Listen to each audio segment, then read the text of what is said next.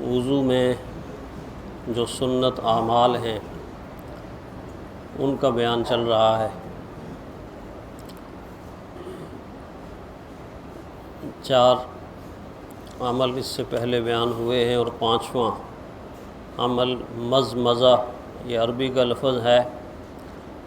اس کا مطلب ہے کہ منہ میں پانی ڈال کے کلی کرنا۔ یہ بھی وضو میں سنت ہے۔ دائیں ہاتھ کے ساتھ منہ میں پانی ڈالیں گے، اور اگر مسواک نہ ہو تو کم از کم اپنے دائیں ہاتھ کی شہادت کی انگلی سے دانت صاف کر لیں، تو یہ بھی سنت ہے۔ اسی طرح 6ٹھی چیز استنشاق ہے۔ استنشاق کا معنی ہے کہ ناک میں پانی ڈال کے ناک کو اچھی طرح صاف کرنا۔ ناک میں پانی ڈالنے کا طریقہ کیا ہے؟ دائیں ہاتھ سے، دائیں ہاتھ کی چلو بھر کے ناک میں پانی ڈالیں گے، اور بائیں ہاتھ سے ناک کی صفائی کریں گے، تو یہ بھی سنت ہے۔ 7ویں چیز ہے تخلیل اللحیہ۔ یہ بھی عربی کا لفظ ہے۔ اس کا معنی یہ ہے کہ داڑھی کا خلال کرنا۔ گھنی داڑھی ہو تو بعض دفعہ پانی بالوں کی جڑوں تک نہیں پہنچتا، اس لیے پیارے پیغمبر صلی اللہ علیہ وسلم نے یہ طریقہ سکھایا کہ اس معاملے میں اپنی انگلیاں یوں داڑھی کے اندر داخل کر کے پانی بالوں کی جڑوں تک پہنچایا جائے۔ اور یہ خلال تو ظاہر ہے وہی کرے گا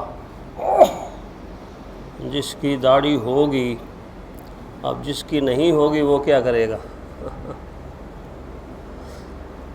اس معاملے میں ایک تو ہماری غلطی یہ ہے کہ ہم نے لوگوں کو پوری طرح اویئرنیس نہیں دی، پوری طرح شعور نہیں دیا، پوری طرح مسئلہ سمجھانے میں لگتا ہے کہ ہم سے کوتاہی ہوئی۔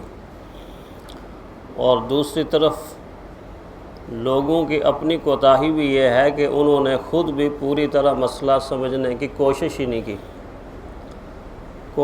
نہیں کی، تو دونوں طرف سے معاملہ ڈھیلا ہے، جس کی وجہ سے حضور صلی اللہ علیہ وسلم کی امت کا جو رویہ اکثر لوگوں میں دیکھنے میں آتا ہے، وہ رویہ سامنے آ گیا۔ لیکن جب ہم پیارے پیغمبر صلی اللہ علیہ وسلم کی احادیث کو دیکھتے ہیں اور ان احادیث کو دیکھ کر اندازہ ہوتا ہے کہ مرد کے لیے خاص کر اور حضور صلی اللہ علیہ وسلم کے امتی کے لیے خاص کر داڑھی کا موجود ہونا اور رکھنا کتنا ضروری ہے۔ آپ اس بات سے اندازہ لگائیں کہ 1,24,000 انبیاء میں سے ایک نبی بھی ایسا نہیں کہ جس کی داڑھی موجود نہ ہو،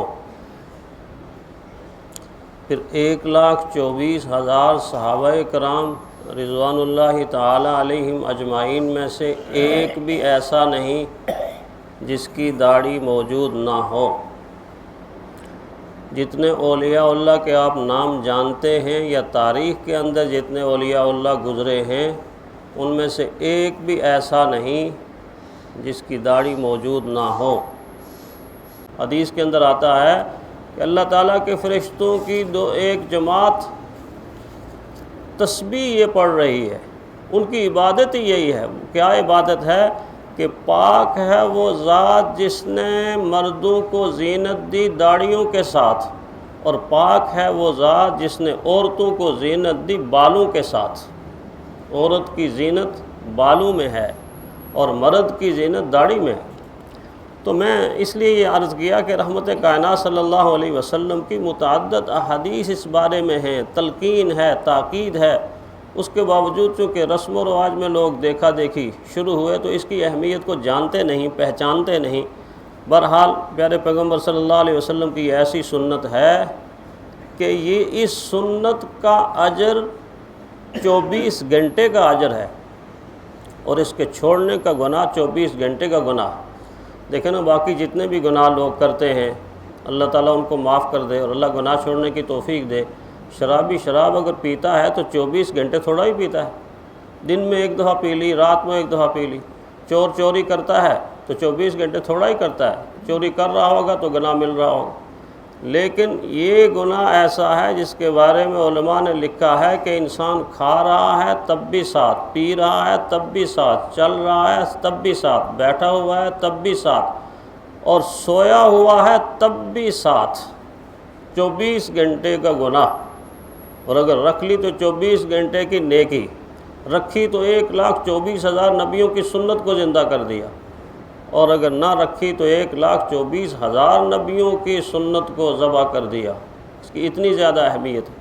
تو بہرحال یہ وضو کے اندر بیان اس چیز کا آ گیا کہ تحلیل اللحیہ، داڑھی کا خلال کرنا، داڑھی کے اندر پانی پہنچانا، یہ بھی سنت ہے۔ اور اس کے ساتھ ساتھ انگلیوں کا خلال کرنا، یعنی انگلیوں کے یہ جالے جو ہیں ان کو اچھی طرح سے انگلیاں ڈال کے صاف کرنا، یہ بھی سنت ہے۔ پورے سر کا مسح کرنا، یہ بھی سنت ہے۔ کانوں کا مسح کرنا، یہ بھی سنت ہے۔ ترتیب کے ساتھ وضو کرنا، جو ترتیب سکھائی، پہلے ہاتھ دھوئے، پھر کلی کی، پھر ناک میں پانی ڈالا، پھر چہرہ دھویا، یہ ایک ترتیب ہے۔ اس ترتیب سے وضو کرنا یہ بھی سنت ہے۔ اور مسلسل وضو کرنا، مسلسل کا کیا مطلب؟ یہ نہیں کہ ہاتھ دھو کے کسی دوست کے ساتھ بیٹھا ہوا ہے، گپ شپ لگا رہا ہے تو ہاتھ خشک ہو گئے، پھر اس کے بعد چہرہ، نہیں، ایسا نہیں۔ ایک ساتھ وضو کرنا یہ بھی سنت ہے۔ اور اعضاء جو دھونے ہیں ان کو تھوڑا مل مل کے دھونا، یہ بھی سنت ہے۔ یہ ساری چیزیں وضو کے اعمال میں سنت ہیں۔ اللہ تعالی ہمیں سنت کی قدر نصیب فرمائے۔